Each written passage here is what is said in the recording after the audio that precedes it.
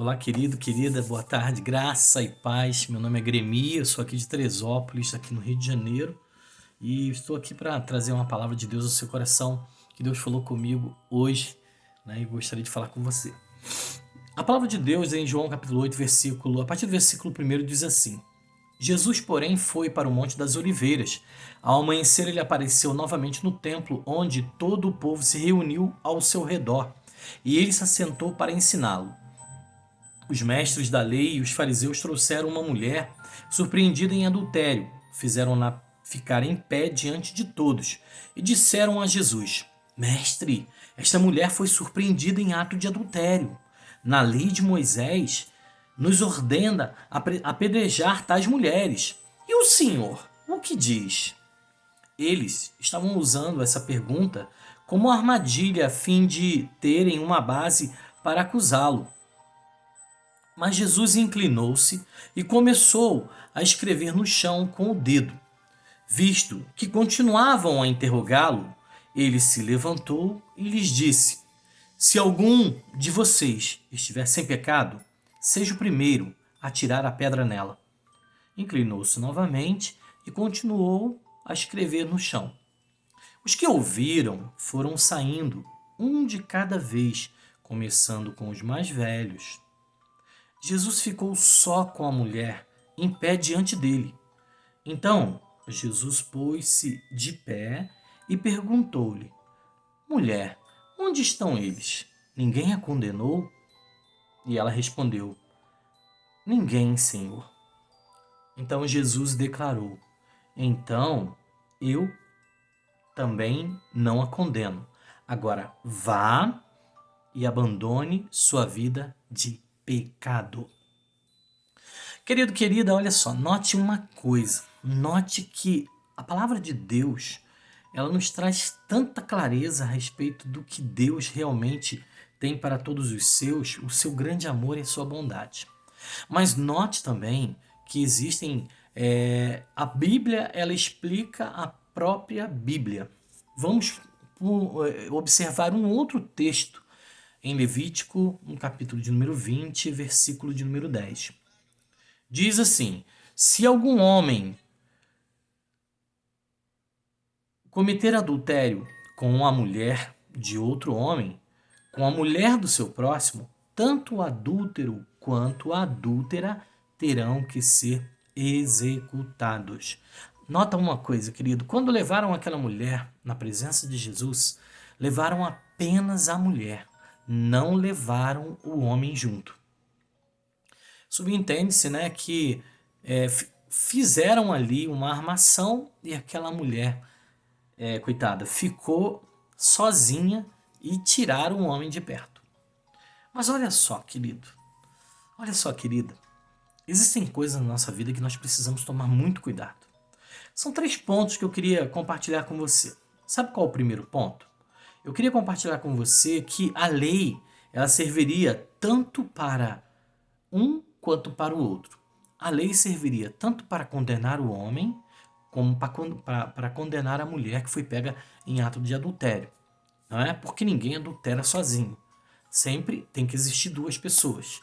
Correto? E essa situação, pegaram apenas a mulher e levaram perante Jesus. Esse é o primeiro ponto.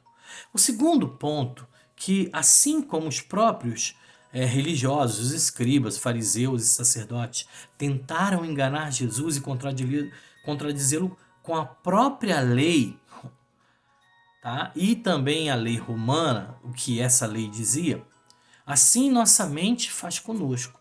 Olha só, eles pegaram a lei e levaram a mulher, né, que deveria ser levada, né, até a presença de Jesus para que Jesus desse seu parecer, se deveria apedrejá-la ou não. Mas eles se esqueceram que a lei também diz que não só a mulher deveria ser levada, mas também o homem. A segunda questão. Então, primeira coisa, eles tentaram ali armar para cima de Jesus. E a segunda questão é a seguinte, que a lei romana dizia que só ela poderia condenar à morte. Note esses 2 pontos.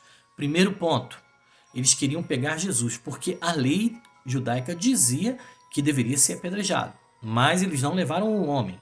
Segundo, a lei romana, naquele momento, estava sobrepondo a lei judaica, mesmo que era uma lei de cultura do povo, que dizia que somente ela poderia condenar à morte qualquer pessoa.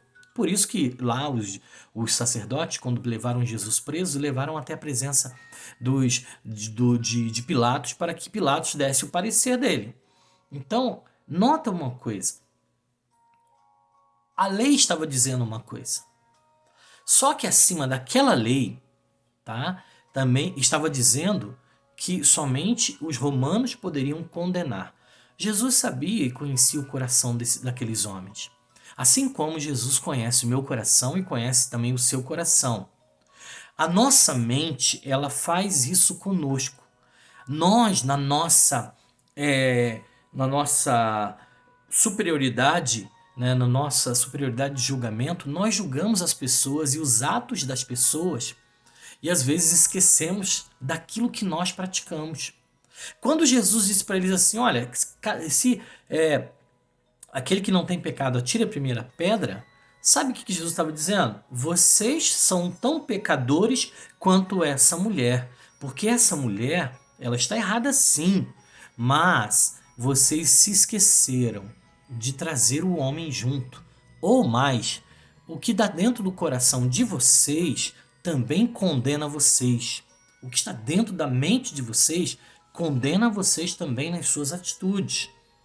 Nós precisamos entender que a nossa própria mente e o nosso senso de justiça, o nosso senso de superioridade, né, acaba condenando alguém e livrando alguém. E muitas das vezes nós condenamos o outro, e nós livramos a nós mesmos. Você quer ver um exemplo? Aí olha só o ponto 3. Jesus Cristo demonstrou através do seu julgamento em dizer: quem não tem pecado, que atire a primeira pedra, que todos nós temos pecados ocultos dentro de nós, que talvez um amigo, um parente até possa saber, mas que existem pecados dentro de nós que ninguém sabe, mas Deus sabe. Às vezes, querido, nós temos segredos, você tem segredos no seu coração que só você sabe, que só você sabe, que só eu sei. Eu tenho segredos no meu coração que somente eu sei. E isso, né, está dentro de mim. E isso também está dentro de você. Existem segredos que eu já compartilhei com alguns amigos, que eu já compartilhei com um determinado amigo, com o meu irmão Nilson, que eu amo muito, e a gente compartilha muita coisa, e até mesmo com algumas das minhas irmãs, mas existem segredos, né, e com a minha esposa, né, claro, mas existem segredos, existem coisas que estão dentro de mim que somente Deus conhece. E muitas das vezes, esses segredos, na verdade, eles me deixam envergonhado. Deixam você envergonhado também, não deixa? Então são essas coisas que Jesus quis dizer. Que o nosso julgamento deve ser um julgamento de acordo com a balança que nós estamos vivendo. Talvez alguém possa conhecer uma coisinha ou outra, um errinho ou outro, mas Deus conhece todos os nossos erros, todos os nossos pecados, até os mais íntimos, até esse que você está pensando agora, Deus conhece. Portanto, querido, querida, qualquer julgamento que nós venhamos a fazer, devemos pesar primeiro se estamos livres de qualquer tipo de pecado, para que não venhamos a ser condenados pelo nosso julgamento a outro. A Bíblia diz, em Lucas capítulo 7, acho que versículo 37 e 38, não julgueis e não sereis julgados, não condeneis e não sereis condenados, porque com a mesma medida que julgardes, vos medirão a vós também, com boa medida, recalcada, sacudida e transbordante vos medirão onde vós estiverdes.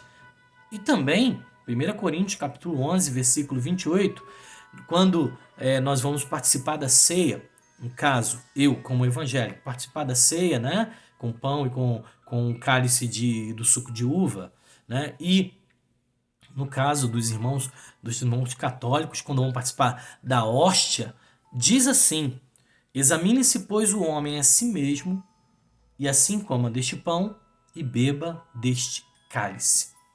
Querido, querida, se nós nos julgássemos a nós mesmos, como diz esse texto ainda de 1 Coríntios 11, nós não seríamos julgados e nem condenados com o mundo. Portanto, que o seu julgamento seja primeiramente a você, seja primeiramente a, aos seus pensamentos, ao que está oculto, ao que está escondido no seu coração. Amém? Não julgue, para que você não seja julgado. E que Deus te abençoe. Deus derrame sobre você graça, paz e misericórdia. Amém.